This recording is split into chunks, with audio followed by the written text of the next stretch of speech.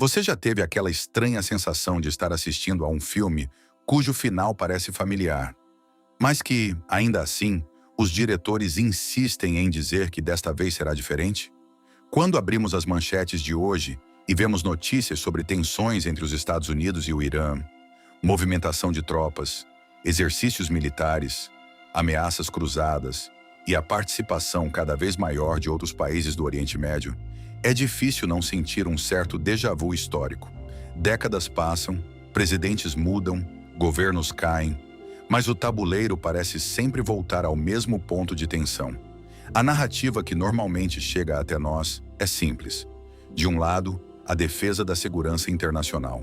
Do outro, a contenção de um regime considerado perigoso.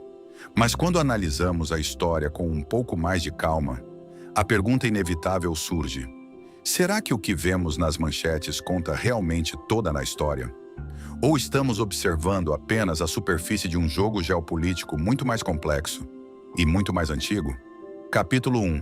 O começo de tudo, 1953. Para entender o presente, precisamos voltar mais de 70 anos no tempo. Em 1953, o Irã vivia uma experiência rara na região. Um governo eleito democraticamente. O primeiro-ministro se chamava Mohammad Mossadegh. Mossadegh tinha uma proposta simples, pelo menos no papel. Ele queria nacionalizar o petróleo iraniano, que até então era explorado principalmente por interesses estrangeiros, especialmente britânicos. Para muitos iranianos, aquilo era uma questão de soberania.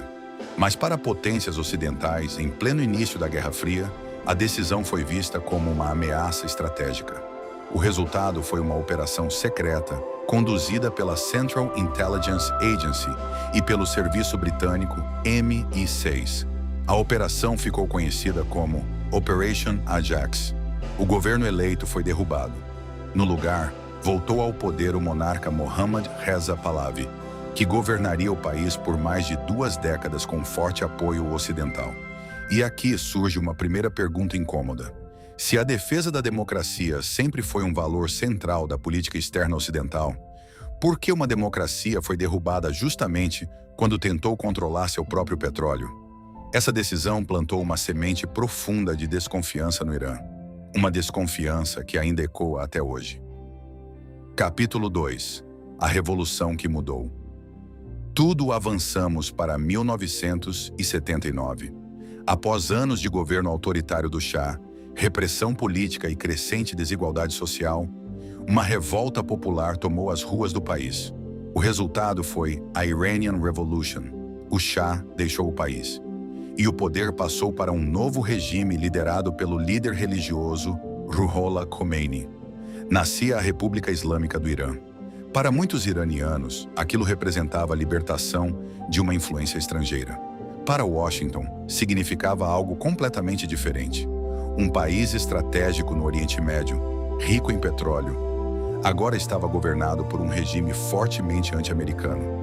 A relação entre os dois países entrou em colapso completo após a Iran Hostage Crisis, quando diplomatas americanos foram mantidos reféns em Teherã por mais de um ano. A partir daquele momento, a relação deixou de ser apenas política. Ela se transformou em uma rivalidade estrutural. Capítulo 3. Décadas de Guerra Fria no Oriente Médio. Desde então, a disputa entre Washington e Teherã raramente aconteceu de forma direta. Em vez disso, ela se desenrolou através de alianças regionais, sanções econômicas, guerras indiretas e disputas de influência.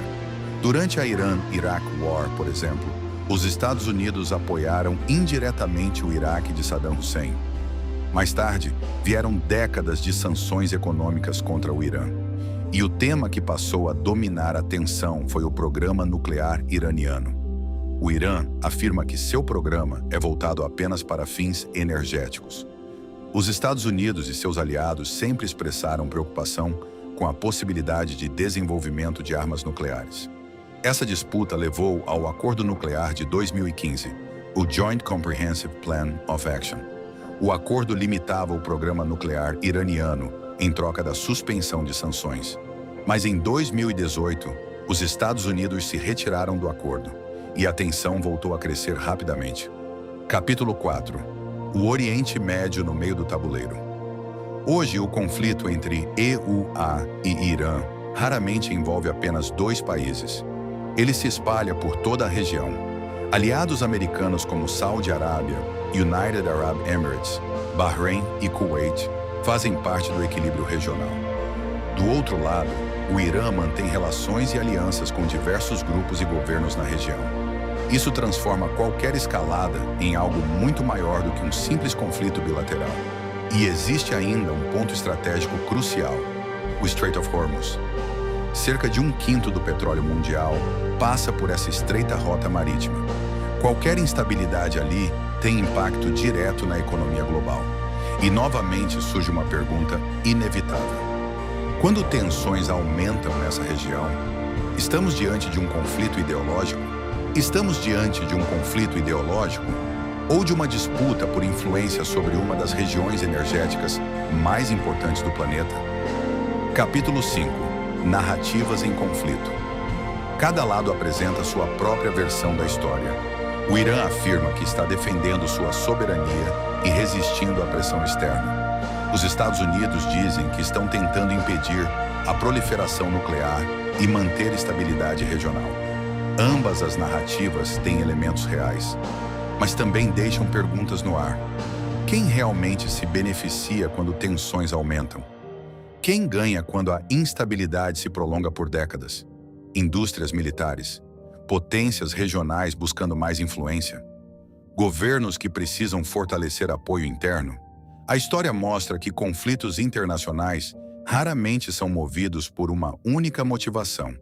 Normalmente envolvem uma mistura complexa de segurança, economia, política e poder.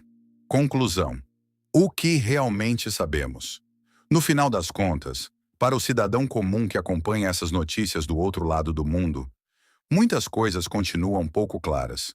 As justificativas oficiais mudam ao longo do tempo. Os líderes políticos mudam, mas o conflito, de alguma forma, permanece.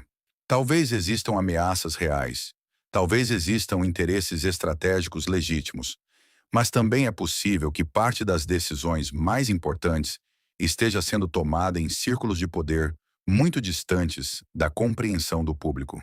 Salas fechadas, acordos silenciosos, jogos de influência que raramente aparecem nas manchetes. E assim, enquanto analistas discutem estratégias globais e governos falam em segurança e estabilidade, o cidadão comum continua observando o mesmo ciclo se repetir. Tensão, escalada, promessas de solução. E a sensação persistente de que, no grande jogo da geopolítica, as peças mais importantes talvez não sejam aquelas que aparecem no tabuleiro,